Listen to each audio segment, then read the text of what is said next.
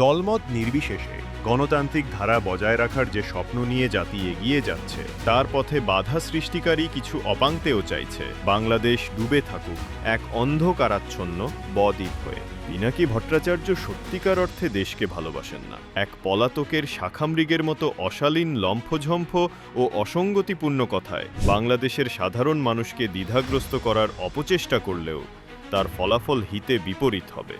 ফ্যাসিবাদের বিদায়ের পর আরেক ফ্যাসিবাদের বীজ বুনার গভীর স্বপ্নে মাতোয়ারা হয়ে আছে পিনাকিরা। নিজের স্বার্থে যারা ধর্ম, পরিবার ও সমাজকে বিকিয়ে দেয় তারা মানুষরূপী শয়তান বই, আর কিছুই নয়। পিনাকিরা এই সমাজে মলমবাজ লেকচারার হিসেবে বিবেচিত, যারা ছেদু কথার ফুলঝুরি দেখিয়ে মানুষকে ভুলভাল বোঝানোর চেষ্টা করে।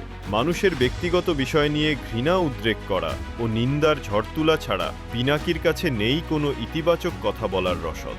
বাংলায় একটা কথা বলে, দুর্জন বিদ্বান হলেও পরিত্যাজ্য। পিনাকি যেন এই প্রবাদের বাস্তব উদাহরণ।